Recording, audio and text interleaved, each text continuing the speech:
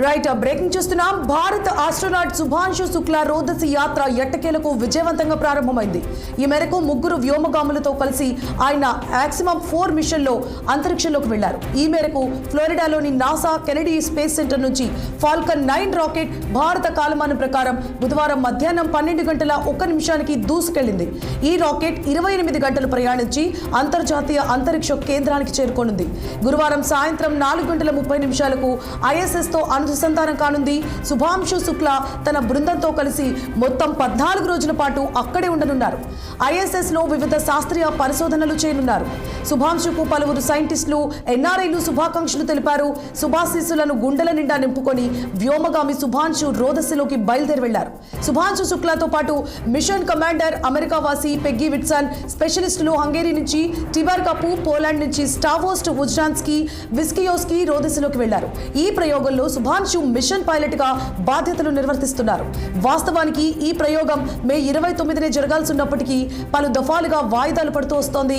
నేడు కూడా ఈ ప్రయోగానికి కొన్ని నిమిషాల ముందు సమస్య తలెత్తగా శాస్త్రవేత్తలు దాన్ని సరిచేయడంతో అంతా సవ్యంగా జరిగింది.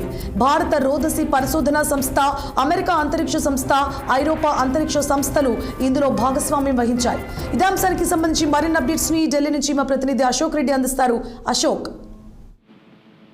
శుభాంశు శుక్లా రోదసి యాత్ర అనుకున్న సమయానికి విజయవంతంగా ప్రారంభమైంది. ఈ రోజు మధ్యాహ్నం నిర్దేశించిన సమయం 12:01 ఫాల్కన్ 9 రాకెట్ సక్సెస్ఫుల్ గా గాలిలోకి ఎగిరింది. ఈ మిషన్ ఫ్లోరిడాలోని నాసా కెనడీ స్పేస్ సెంటర్ నుంచి స్పేస్ ఎక్స్ ఫాల్కన్ 9 రాకెట్ పై డ్రాగన్ వ్యోమయానికి ద్వారా మధ్యాహ్నం 12:01 దీన్ని ప్రయోగించారు. సో ఇది ఈ చారిత్రక యాత్రలో శుభాంశు శుక్లాకు భారతదేశం నుంచి ISS కు వెళ్లిన మొదటి వ్యోమగామిగా, అలాగే 1984లో రాకేష్ శర్మ తర్వాత అంతరిక్షంలోకి వెళ్లిన 2వ భారతీయుడిగా నిలిచారు.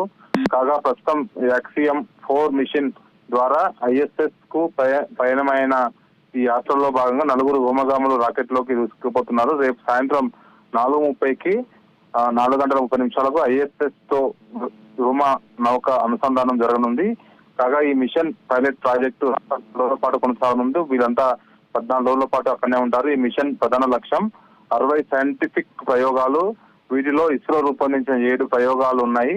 ఇవి మైక్రో గ్రావిటీలో జీవ భౌతిక శాస్త్రాల అధ్యయనంపై దృష్టి సారిస్తాయి.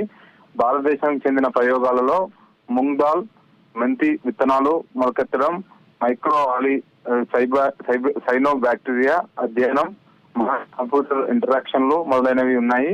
అలాగే విద్యకు సంబంధించిన కార్యక్రమాలు, వాణిజ్య కార్యక్రమాలు కూడా ఉన్నట్టు తెలుస్తోంది. ఈ మిషన్ మొదట మే 29 షెడ్యూల్ చేయగా ఫాల్కన్ 9 రాకెట్ లిక్విడ్ లో ఆక్సిజన్ లీక్, ISS లో రష్యన్ జెడ్వా సర్వీస్ మ్యాడల్ లో లీక్ కారణంగా జూన్ 8, 10, 11, 19 తేదీలు వాయిదా పడుతూ వాటికి వచ్చినాయి.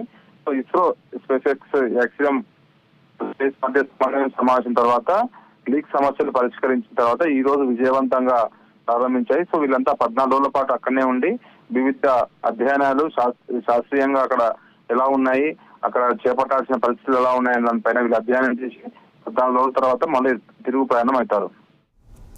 అశోక్, అయితే ఇప్పుడు జరుగుతున్న ఈ ప్రయోగానికి ప్రాతినిధ్యం వహిస్తోంది ఒక భారతీయుడు. దానికి సంబంధించి ఇస్రో ఎలా స్పందిస్తోంది, అలాగే తిరిగి వచ్చే క్రమంలో అన్ని ఏర్పాట్లు పూర్తయ్యాయా? సాంకేతిక లోపాలు తలెత్తాయన్నారు మార్నింగ్ కూడా, దాన్ని సరిచేసి పంపించారు. తిరిగి రావడానికి ఎటువంటి సాంకేతిక లోపాలు లేకుండా అన్ని ఏర్పాట్లు పూర్తి చేశారా? ఇస్రో స్పందన ఎలా ఉంది? ఇస్రో అయితే అంత సాంకేతిక ఇబ్బందులు లేకుండా అన్ని ఏర్పాటు చేసింది. మొదటగా సాంకేతిక సమస్యలు ఉన్న వాళ్ళకి వస్తుంది. యాక్చువల్ గా ఇది మే 29నే వెళ్లాల్సిన షెడ్యూల్ ప్రకారం, కానీ వాయిదా పడుతూ వస్తుంది. దానికి కొన్ని ఆక్సిజన్ లీక్ ఇలాంటి సమస్యల వల్ల అది వాయిదా పడుతూ వస్తుంది. జూన్ అంటే ఈ నెలలో కూడా 8 తారీఖు పోవాల్సింది పోలేదు. 10, 11 ఇట్లా 19 తేదీలు వరుసగా వాయిదా పడుతూ వస్తుంది. చివరికి ఈ రోజు 25 తారీఖు నాడు సమయం కుదిరింది. సో దానికి అనుగుణంగా ఎలాంటి ఇబ్బంది లేదు, ఇలాంటి సాంకేతిక లోపం లేకుండా ప్రస్తుతం అయితే నింగిలోకి ఎగిసింది. సో దాదాపు 24 అది స్పేస్ సంబంధించిన అంతరిక్ష కేంద్రానికి చేరుకుంటుంది. అక్కడ వాళ్ళు 14 రోజుల పాటు ఉండి వివిధ ప్రయోగాలు చేస్తారు. సో ఇది భారతదేశం పౌరుడు అంటే ఏదైనా శుభాంశు శుక్లా వెళ్ళడం భారతీయులంతా ఎంతో వెయిట్ చేస్తున్నారు. దీనిపైన ప్రధాని నరేంద్ర మోడీ మిగతా ముఖ్య నాయకులంతా హర్షం వ్యక్తం చేస్తున్నారు. ఇది మంచి సూచిక. సో దీని భారతీయుల్లో రెండో భారతీయుడు అని చెప్పచ్చు. గతంలో 1984 లో రాకేష్ శర్మ అంతరిక్షంలోకి వెళ్ళారు. ఇప్పుడు రెండో భారతీయుడిగా ఇతను నిలిచారు. సో ఇది భారతదేశానికి గర్వం అని చెప్పుకోవచ్చు. Right, thank you for the updates Ashok.